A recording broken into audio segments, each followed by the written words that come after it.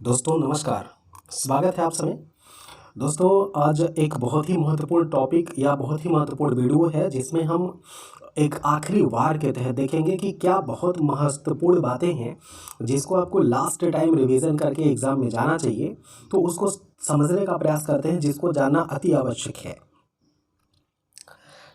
तो इस वीडियो में हम लोग ये देखेंगे कि जो जैसे कुछ प्रमुख महत्वपूर्ण स्थापत्य कला के बारे में, कुछ मंदिरों के बारे में और कुछ ऐसे महत्वपूर्ण स्थल जिनकी खोज हुई है और जिनका खोजकर्ता कौन है, उसका समय कहाँ पर है। कुछ मेले त्यौहार के बारे में देखेंगे, कुछ नाच गाने के बारे में देखेंगे और कुछ लोक कलाओं के संदर्भ में। तो मतलब विविध तरह की जो छोटी छोटी चीज़ें हैं जहाँ से दो चार क्वेश्चन आपके एग्जाम में पूछे जाते हैं। तो आइए शुरुआत कर लेते हैं अपने इस सेशन की। तो सबसे पहले हम लोग देखेंगे कि कुछ एक स्थलों को देखेंगे और उन स्थलों के खोजकर्ता के बारे में समझेंगे। और इन स्थलों का इम्पोर्टेंस इस दृष्टि से भी महत्वपूर्ण हो जाता है क्योंकि इनसे लगातार हर एग्ज़ाम में और सवाल पूछे ही गए हैं। तो सबसे पहले देखेंगे कुछ स्थल और उसके खोजकर्ता के बारे में और फिर उनका समय क्या रहा है। जैसे देखें सबसे पहले मिर्ज़ापुर स्थल जो है, मिर्ज़ापुर की खोज काकबर्न और कार्लाइल महोदय ने 1880 ईस्वी में की थी। और प्रागैतिहासिक चित्रों के संदर्भ में देखेंगे, जो प्रागैतिहासिक चित्र है यहाँ से प्रागैतिहासिक चित्र की खोज हुई थी। और एक तरह से कह सकते हैं कि मिर्ज़ापुर पूरे पाषाण काल का या फिर प्रागैतिहासिक काल का पहला ऐसा क्षेत्र है जिसकी खोज की गई थी कार्लाइल महोदय और फिर काकबर्न के द्वारा 1880 ईस्वी में। फिर बीडम एक ऐसा क्षेत्र है, प्रागैतिहासिक क्षेत्र है, डॉक्टर जगदीश गुप्त के द्वारा 1967 ईस्वी में इसकी खोज हुई थी। बांदा बांदा उत्तर प्रदेश में है, बीडम भी उत्तर प्रदेश में है और ये सिल्वेरॉड द्वारा इसको खोजा गया था। पंचमढ़ी गुफा ये जी.आर. हंटर के द्वारा खोजा गया था, ये मध्य प्रदेश में है पंचमढ़ी, और इसकी खोज हुई थी 1925 ईस्वी में। पंचमढ़ी की गुफा जो है इसको सेकेंड टाइम या ये कह सकते हैं कि पंचमढ़ी की खोज जी.आर. हंटर ने किया था। और पंचमढ़ी की जो गुफा है उसमें चित्रों की खोज D.H. गार्डन ने किया था। और दोनों अलग अलग बातें हैं दोस्तों। पंचमढ़ी की जो गुफाएं हैं या पंचमढ़ी के स्थल को खोजने का श्रेय जाता है हंटर को, जबकि पंचमढ़ी के चित्रों को सबसे पहले खोजा था किसने? J.H. गार्डन ने खोजा था। और इसका जो टाइम था वो था 1936 ईस्वी में। हंटर ने 1925 में पंचमढ़ी को खोजा और पंचमढ़ी की गुफाओं में चित्रों की खोज गार्डन ने किया था 1936 ईस्वी में। और सिंघनपुर देखें तो बहुत ही महत्वपूर्ण प्रागैतिहासिक स्थल है, W. एंडरसन के द्वारा इसको खोजा गया था 1910 ईस्वी में। होशंगाबाद की खोज मनोरंजन घोष ने किया था 1922 ईस्वी में। भीमबेटका का खोज श्रीधर वाकड़कर महोदय के द्वारा किया गया था 1958 ईस्वी में। और बेल्लारी जो है कर्नाटक में, उसकी खोज F. फॉसेट के द्वारा किया गया था 1892 ईस्वी में। ठीक है दोस्तों। तो आगे कुछ और महत्वपूर्ण स्थल, हालांकि जो शुरुआत के हमने स्थल बताए ये सभी के सभी अति महत्वपूर्ण हैं। इनके अलावा कुछ और भी महत्वपूर्ण है जिसको हम लोग देखते हैं। जैसे बेल्लारी हमने कहा तो F. फॉसेट के द्वारा 92 में खोजा गया था 1892 में। और हड़प्पा सभ्यता कनिंघम के द्वारा 1878 में प्रकाश में लाया गया था। अजंता की गुफा जॉन स्मिथ के द्वारा 1819 ईस्वी में खोजा गया था। बाघ की गुफा डेंजर फील्ड, बाघ कैसे होते हैं दोस्तों? तो बाघ डेंजर होते हैं। और इसकी स्थापना, इसकी जो खोज है वो 1818 ईस्वी में हुई थी। बादामी की गुफा की खोज स्टेला क्रेमरिस ने किया था। और जो सित्तन वाशल है ये प्रोफेसर दुर्सिल के द्वारा खोजा गया था 1834 ईस्वी में। देखिए कभी कभी विद्वान कई सारे लोग ऐसे हैं जो एक ही स्थल पे काम करते हैं, तो आपको कला के दृष्टिकोण से देखना है ना कि इतिहास के दृष्टिकोण से। और जो एथेंटिक बातें हैं उसको समझना है। बाकी इतिहास की किताबों में क्या लिखा है और जगह क्या है, इससे आप पे बहुत ज़्यादा फोकस आपको नहीं करना चाहिए। अगली है सिगरिया की गुफा, मेजर फोमस के द्वारा इसको खोजा गया था 1830 ईस्वी में। राजस्थानी शैली को सबसे पहली बार आनंद कुमार स्वामी के तौर पर उसको जाना जाता है, सबसे पहली बार प्रकाश में लाए थे। देवगढ़ शैली श्रीधर अंगारे और किशनगढ़ शैली का एरिक डिकेंसन 1943 ईस्वी में। जो अशोक के अभिलेख हैं इसको टी फैंथलर महोदय ने 1837 में पढ़ने का प्रयास, 1750 ईस्वी में टी फैंथलर ने इसको खोजा था। और इन अशोक के अभिलेखों को पढ़ने का प्रयास जेम्स प्रिंसप के द्वारा किया गया था 1837 ईस्वी में। लोक कला को प्रकाश में लाने वाले व्यक्ति का नाम था जोसेफ। और गांधार शैली जो है, गांधार कला जो है, इसको डॉक्टर लिटनर के द्वारा प्रकाश में लाया गया था। और जो मौर्यकालीन गुफाएं हैं,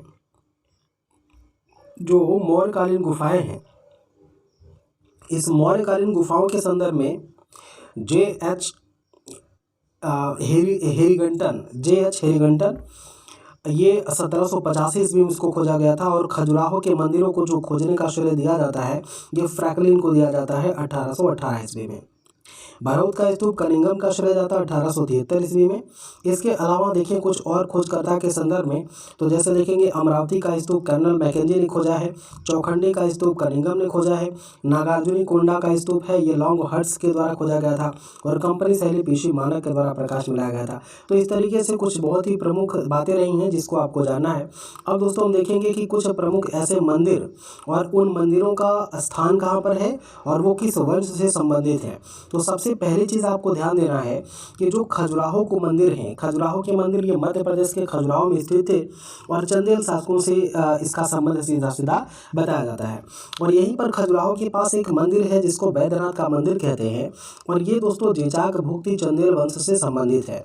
दूसरा है चतुर्भुज वैष्णव का मंदिर, यह भी मध्य प्रदेश के खजुराहो में है और चंदेल शासकों के द्वारा इसका भी निर्माण कराया गया है। जो लक्ष्मण मंदिर है खजुराहो का, इसका भी निर्माण चंदेल शासकों ने करवाया है। 64 योगिनी मंदिर खजुराहो में स्थित है मध्य प्रदेश में, इसका भी निर्माण चंदेल वंश के शासकों के द्वारा कराया गया। कंदरिया महादेव का जो मंदिर है ये मध्य प्रदेश के खजुराहो में स्थित सबसे ही खतरनाक मंदिर है, या ये कह सकते हैं कि ये सबसे प्रसिद्ध मंदिर है कंदरिया महादेव का मंदिर। ये खजुराहो मध्य प्रदेश में स्थित है दोस्तों, और इसको धंगदेव नाम का एक चंदेल शासक हुआ करता था, धंगदेव, और इसी धंगदेव ने इसका निर्माण करवाया था। ब्रह्मा का मंदिर खजुराहो मध्य प्रदेश में है, चंदेल शासक के द्वारा कराया गया है।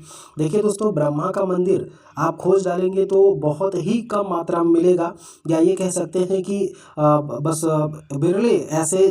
बिरला एक ऐसा मंदिर है जिसको आप कह सकते हैं ब्रह्मा का मंदिर है। तो ब्रह्मा का मंदिर आमतौर पर आपको दिखाई नहीं देता होगा। ये ब्रह्मा का मंदिर खजुराहो में है मध्य प्रदेश में, और चंदेल शासकों के द्वारा या चंदेलों के द्वारा इसका निर्माण कराया गया था। आगे कुछ एक और बातें देखिए, अगर हम जो लिंगराज मंदिर है दोस्तों ये भुवनेश्वर में है, उड़ीसा में। भुवनेश्वर उड़ीसा में है लिंगराज का मंदिर, और यहीं पर जगन्नाथ मंदिर उड़ीसा के पुरी में है। और अनंत वर्मा शासक था जिसने ये जगन्नाथ मंदिर का निर्माण कराया था। सोमनाथ मंदिर गुजरात में है, भीमदेव के द्वारा इसका निर्माण करवाया गया था। कर्णभेरू का मंदिर अनहिलवाड़ गुजरात में है, और रुद्रमल का मंदिर सिद्धपुर में है। दिलवाड़ा का जैन मंदिर राजस्थान के माउंट आबू में है, और भीमदेव के समय इसका निर्माण करवाया गया था। और एक मंदिर आप कई बार आपसे पूछा गया कि दिलवाड़ा का जैन मंदिर कहाँ, तो राजस्थान आबू आपको बताया हमने। उड़ीसा का कोणार्क सूर्य मंदिर जो है ये उड़ीसा में है, और इसको ब्लैक पैगोडा के नाम से भी जानते हैं। कोणार्क का जो मंदिर है ये उड़ीसा में है, और सूर्य मंदिर के नाम से इसको जाना जाता है। नचना कुठार का मंदिर दोस्तों, नचना कुठार का पार्वती मंदिर के नाम से जानते हैं, नचना कुठार का पार्वती मंदिर, और ये पन्ना मध्य प्रदेश में है। पन्ना आपको पता है कि पन्ना हीरे की खान के लिए जाना जाता है, हीरे का उत्पादन यहाँ से होता है। अब दोस्तों हम ध्यान देंगे कि कुछ प्रमुख पुस्तकों के बारे में जहां से आपसे सवाल पूछे जाते हैं, बस एक लास्ट टाइम रिवीजन करके इसको आप देखिएगा। हाँ एक बात और है कि अगर आप चैनल पर नए हैं तो दोस्तों चैनल को सब्सक्राइब जरूर कर लीजिएगा, और बेल आइकन प्रेस करके ऑल बेल पर आप क्लिक करिएगा, ताकि सभी नोटिफिकेशन आपको सीधा सीधा मिल जाए। और क्लास अगर अच्छी लगती है, आपको इंटरेस्टिंग लगती है, और लगता है कि क्लास में टीचर सही चीज़ें बता रहा है, या आपके जीवन में कहीं से भी इंप्रेशन मिल रहा हो, कहीं से भी इम्प्रूवमेंट मिल रहा हो, कहीं से भी आपको सकारात्मकता मिल रही हो, तो आप मेरे चैनल को सब्सक्राइब करिए, लाइक करिए, और अगर संभव हो तो दोस्तों शेयर भी करने का प्रयास किया करिए। चलिए देखें, सबसे पहले जो हम देखेंगे आनंद कुमार स्वामी को। दोस्तों आनंद कुमार स्वामी या फिर ए के स्वामी के बारे में देखें तो इनकी दो किताबें बहुत बार पूछी गई हैं। एक तो राजपूत पेंटिंग और दूसरा द डांस ऑफ शिवा, मतलब भगवान शंकर डांस कर रहे हैं कहाँ पे, राजपूत पेंटिंग में। बस दो बातें याद रखना है कि आनंदित होकर के भगवान शिव डांस कर रहे हैं कहाँ पर, राजपूत पेंटिंग में। बस इतनी ट्रिक याद रखना कि आनंदित होकर के भगवान शिव डांस कर रहे हैं कहाँ पर, राजपूतों की पेंटिंग में। और इसके अलावा Rajput painting, dance of Shiva और फिर इंडियन ड्राइंग्स, ये तीन किताबें हैं जो बहुत ही महत्वपूर्ण है आनंद कुमार स्वामी की, तो इसको ध्यान दीजिएगा। एक पुस्तक है हिमालयन आर्ट, और ये जेसी फ्रेंच के द्वारा 1931 ईस्वी में लिखा गया था दोस्तों, तो बहुत ही महत्वपूर्ण है। अगली किताब है द पहाड़ी मिनिएचर, और ये किया है कार्ल खंडेलवाला ने। और कांगड़ा पेंटिंग ये WG आर्चर के द्वारा लिखा गया है, कांगड़ा पेंटिंग नाम से किताब बहुत ही महत्वपूर्ण, ये भी पूछा जाता है। आर्ट हेरिटेज ऑफ जम्मू और आर्ट और हेरिटेज ऑफ डोगरा, तो डोगरा और जम्मू और कश्मीर ये दोनों आर्ट पर लिखा है B.R. खजूरिया ने। अगली पुस्तक देखेंगे दोस्तों जो बहुत ही महत्वपूर्ण किताबें हैं। फ्लाइट पुस्तक ये नटराज शर्मा के द्वारा लिखा गया है। नंदलाल बोस नामक किताब किसने लिखा है, तो ये दिनकर कौशिक ने लिखा है। A word of memories, a word of memories ये लिखा है माधवी पारेख ने। और four painting of India, four paintings of India ये किताब लिखा किसने, अर्पणा कौर ने। पेंटिंग इन द कांगड़ा शैली, painting in the Kangra valley, तो कांगड़ा वैली में पेंटिंग कौन कर रहा है दोस्तों, कांगड़ा वैली में पेंटिंग कर रहे हैं विजय शर्मा। और द फ्लेड बहुत महत्वपूर्ण नहीं है, कविता वात्स्यायन की। ये शैलेंद्र नाथ डे वाले ध्यान दीजिएगा कि भारतीय चित्रकला पद्धति नाम से जो किताब लिखा वो शैलेंद्र नाथ डे ने, ये मैंने अपने प्रैक्टिस में भी क्वेश्चन को ऐड किया है और महत्वपूर्ण है, पूछा भी गया है। जगदीश गुप्ता की किताब है प्रागैतिहासिक चित्रकला और भारतीय चित्रकला के पदचिन्ह, ये दोनों किताब महत्वपूर्ण है, इसको ध्यान दीजिएगा। और रस मीमांसा नाम का एक किताब लिखा गया था किसके द्वारा, रामचंद्र शुक्ल, और ये एक कला समीक्षक के तौर पर जाने जाते हैं रामचंद्र शुक्ल। ठीक है, अब हम देखेंगे कि कुछ ऐसे कार्टूनिस्ट हैं, कुछ ऐसे कार्टूनिस्ट हैं जो विभिन्न समाचार पत्रों में कार्य करते हैं। उन कार्टूनिस्ट के बारे में पूछा जाता है कि निम्नलिखित में से कौन सा कार्टूनिस्ट है या कार्टून बनाता है, तो कार्टूनिस्ट को लेकर के सवाल पूछा जाता है। जैसे एक नाम आपने सुना होगा R.K. लक्ष्मण, O.P. विजयन, मारिया मिरांड, आबू और त्रिशंक, सुधीर तैलंग। ये सुधीर तैलंग बहुत ही इंपॉर्टेंट है, हिंदुस्तान टाइम में ये कार्टून बनाते हैं। तो देखते हैं, एक एक आदमी को देख लेते हैं। R.K. लक्ष्मण, R.K. लक्ष्मण दोस्तों, R.K. लक्ष्मण क्या है, ये टाइम्स ऑफ इंडिया में क्या है, कार्टून बनाते हैं। और O.P. विजयन ये स्टेटमैन में बनाते हैं। Maria Miranda Observer of Business and Politics में बनाते हैं कार्टून। आबू द टेलीग्राम में बनाते हैं। त्रिशंकु राजस्थान पत्रिका में, जबकि सुधीर तैलंग दोस्तों देखिए जो नेशनल पत्रिकाएं होती है उसको जरा सा ध्यान दीजिएगा, बाकी सबको रटने की जरूरत नहीं, जो महत्वपूर्ण है उसको ध्यान दीजिएगा। जैसे सुधीर तैलंग हिंदुस्तान टाइम में लिखते हैं, इसको याद रखिएगा। सुधीर तैलंग हिंदुस्तान टाइम में ये वो कार्टून बनाते हैं। और द हिंदू में कौन बनाता है, तो केशव बनाते हैं। गोविंद और मंजुल किस में बनाते हैं, तो आज में बनाते हैं। प्रकाश शेट्टी ये मलयाला मनोरमा में बनाते हैं। रंगा नाम के एक कार्टूनिस्ट हैं, पूछा गया है, ये इंडियन एक्सप्रेस में कार्टून का काम करते हैं, जबकि स्टेटमैन नाम की जो समाचार पत्र है उसमें राजेंद्र पुरी करते हैं। और अजीत नैनन जो है ये इंडिया टुडे में करते हैं, तो इंडिया टुडे में बढ़िया पत्रिका, इसको भी ध्यान दीजिएगा। अभिषेक, इनको ध्यान दीजिएगा, आप लोग पढ़ते भी हैं और जो हिंदुस्तान पेपर पढ़ते होंगे वो देखेंगे कोना में एक जगह जो कार्टून कोना होता है उनमें अभिषेक का नाम लिखा रहता है। और अगला है इरफान या काग, ये नव भारत में कार्टून बनाते हैं और टाइम्स जनसत्ता में भी बनाते हैं इरफान और काग। राजेंद्र ये राष्ट्रीय सहारा में बनाते हैं और जगत जो है ये आजकल में बनाते हैं। तो इतने कुछ प्रमुख हमारे कार्टूनिस्ट रहे हैं। अगर इतना कुछ नहीं याद कर पा रहे तो सिर्फ इतना याद रख लेना, बस नाम इनका सब पढ़ लेना, जितने नाम लिखे गए दोस्तों ये नाम को पढ़ लेना। नाम से सवाल पूछा जाता है कि निम्नलिखित में से कौन सा कार्टूनिस्ट था, है ना, या है, इस तरह से आपसे सवाल पूछे जाते हैं, तो आप इसको करने के लिए तैयार रहेंगे। आगे देखें, एक चीज़ आप जानते हैं कि भारत में कुछ शहर हैं जहां पर कुंभ मेले का आयोजन कराया जाता है। ठीक है, भारत में ऐसे कुछ शहर हैं जहां पर कुंभ मेले का आयोजन कराया जाता है दोस्तों। तो आपसे ये पूछेगा कि कुंभ मेला कहाँ कहाँ लगता है और वह कुंभ मेला किस प्रदेश में है और उस प्रदेश में वस्तुतः वह किस नदी के किनारे लगाया जाता है। तो एक आप जानते हैं कि उत्तर प्रदेश के प्रयागराज में कुंभ का आयोजन होता है जो गंगा यमुना के दोआब क्षेत्र में लगता है। उज्जैन मध्य प्रदेश में है और यहाँ पर क्षिप्रा नदी के तट पर कुंभ के मेले का आयोजन किया जाता है। और दोस्तों हरिद्वार में उत्तराखंड की हरिद्वार में भागीरथी नदी पर यह लगता है। और नासिक महाराष्ट्र में यह गोदावरी नदी के तट पर लगता है। एक बार फिर से ध्यान दीजिएगा कि गोदावरी कहाँ पे है, महाराष्ट्र में है, यह नासिक पर लगता है। भागीरथी कहाँ पे है, तो ये उत्तराखंड में है, हरिद्वार में लगता है। और क्षिप्रा नदी कहाँ पर है, मध्य प्रदेश में है, उज्जैन में महाकुंभ लगता है। गंगा यमुना संगम उत्तर प्रदेश कहाँ पे, प्रयागराज में है, तो प्रयागराज में लगता है कुंभ का मेला। ये दोस्तों नदी का भी नाम याद रखना है आपको। और जो उज्जैन है, हरिद्वार है, कभी कभी मैच करने के लिए दे देता है, तो इस बात को थोड़ा सा आप ध्यान देंगे तो यहाँ से प्रश्न आपके गलत नहीं होंगे। चलिए अगली बात देखेंगे कि कुछ जैसे लोक कलाएँ जो होती हैं, उन लोक कलाओं को ज़रा सा आप समझने का प्रयास करेंगे कि जैसे कलमकारी की जो लोक कला है ये आंध्र प्रदेश में प्रचलित है। जो कोहबर की लोक कला है या चौक पूरने की लोक कला है ये उत्तर प्रदेश में प्रचलित है।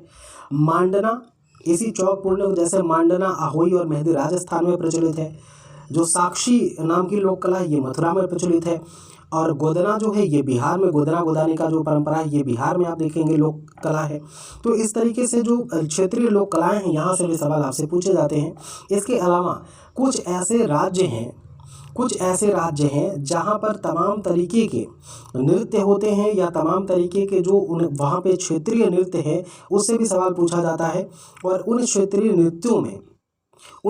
नृत्यों में कौन ऐसा व्यक्ति है या कौन सा ऐसा मतलब उस व्यक्तिगत कलाकार जो है जो उस विधा में पारंगत है।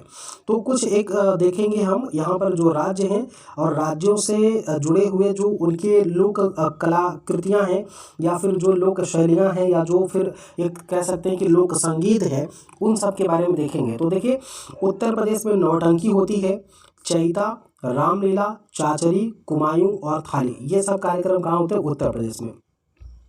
जबकि बिहार में माघा, छाऊ, वैमा, कर्मा, जाया और सरहुल। तो ये सरहुल इम्पॉर्टेंट है। देखिए नौटंकी इम्पॉर्टेंट है, रामलीला आप जान ही रहे उत्तर प्रदेश में, चैता जान लीजिए, और कुमायूं थाली ये भी उत्तर प्रदेश में होता है। छाऊ और सरहुल ये बिहार में होता है, ध्यान दीजिएगा। और कभी कभी तो मैच हो जाता है, एक ही त्यौहार एक ही लोक नृत्य कई सारे राज्यों में किया जा सकता है, तो उसको लेकर परेशान ना होइएगा आप। इस जैसे देखिए यहाँ पर बिहार में कर्मा लिखा है, नीचे मध्य प्रदेश में भी कर्मा हो रहा है। तो ऐसा थोड़ी कि कोई एक ही राज्य का वो पर्टिकुलर पेटेंट है, एक ही नृत्य है, एक ही विधा है, वो किसी और राज्य में भी हो सकती है। बस आपको ध्यान देना जो अतिरिक्त चीज़ें हैं। तो महाराष्ट्र में देखिए तमाशा होता है, ललिता और कोली होता है, तो तमाशा ध्यान दीजिएगा महाराष्ट्र में। राजस्थान में कठपुतली का खेल होता है, डांडिया और राउफ ख्याल और गणगौर ये राजस्थान में होता है। केरल में मोहिनी अट्टम बहुत ही प्रसिद्ध है, केरल का मोहिनी अट्टम। और थुलाल और मद्रावली और पादयानी ये भी केरल में ही होता है। असम में खेल गोपाल होता है, ढोल नृत्य और बिहू तो कई बार पूछा गया, असम की बहू के रूप से आप लोग याद करते हैं, ठीक ना। अगला है मणिपुर में बसंत रास और लाई हरीब रास। तो बसंत रास जो है ये मणिपुर में होता है। आगे देखेंगे गुजरात में डांडिया, डांडिया का नाम आपने सुना है, गुजरात में डांडिया होता है। पाड़ीहारी होता है और गरबा होता है, ठीक ना। डांडिया और गरबा गुजरात में होता है, दीपक रास होता है। नागालैंड में कुमीनागा और खैवा लीमा होता है। आंध्र प्रदेश में लिंगी और बथखम्मा, मर्दाला, छड़ी नृत्य और माधुरी घंटा कुम्मी ये कहाँ पे? आंध्र प्रदेश में होता है।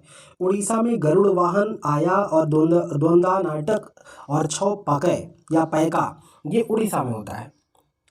अरुणाचल प्रदेश में मुखौटा होता है, कभी आपने देखा होगा फिल्मों में या टीवियों में, तो बड़ा बड़ा मुखौटा लगा करके कुछ लोग नृत्य करते हैं।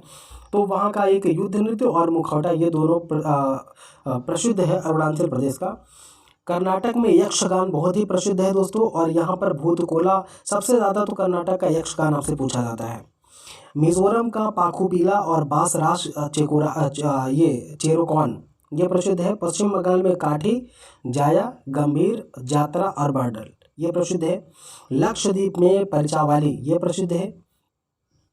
एक दो और देखते हैं कि लक्षद्वीप में बताया हमने, गोवा में झगोर, खोल और ढकनी और मांडी ये प्रसिद्ध है। मेघालय में बांग्ला प्रसिद्ध है। तो इतनी है बस, इसमें से आप जो प्रमुख है उसी को ध्यान दीजिएगा, क्योंकि मैं तो सब बताऊंगा आपको, बाकी आपको समझना उसको है। अब थोड़ा सा हम ये देखेंगे कि कौन सा मंदिर कहाँ पर स्थित है, जो कि यहाँ से डायरेक्ट सवाल पूछे जाते हैं। जैसे देवगढ़ का जो मंदिर है, देवगढ़ का दशावतार मंदिर ये झांसी है, ललितपुर में, उत्तर प्रदेश में, वहाँ पर है। भीतरगांव का मंदिर कहाँ पर है? कानपुर में है भीतरगांव का मंदिर। और जो भीतरगांव का जो मंदिर है ये भी लक्ष्मण मंदिर है, ईंटों से बनाया गया है, कानपुर देहात में है।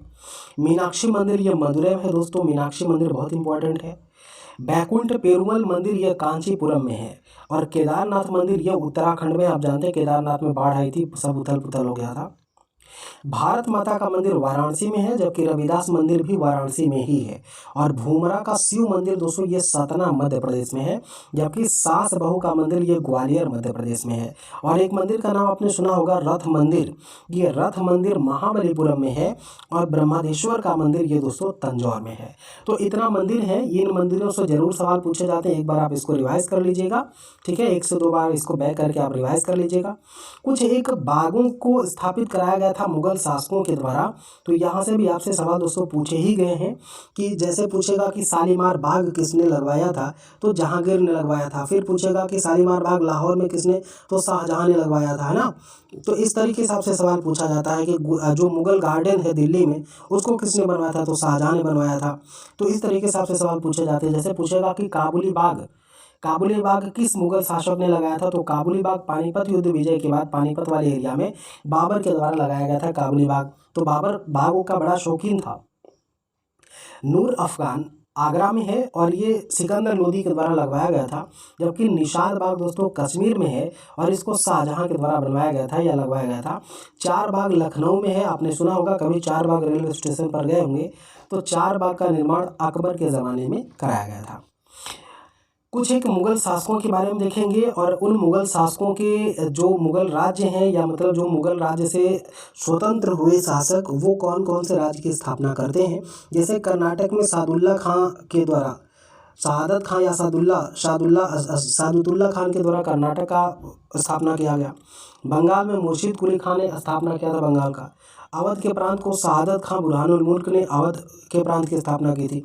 जबकि जाट राज्यों की स्थापना चूड़ामन और भदन सिंह ने किया था। अगला, हैदराबाद में चिनकिलीस खान, हैदराबाद का निर्माण किसने कराया है या स्थापना किसने किया है, चिनकिलीस खान या निजामुल मुल्क भी इसी को कहते हैं। सिख राज्य को चूड़ामन और भदन सिंह ने, जबकि रुहेलखंड को मीर दाऊद अली मोहम्मद ने।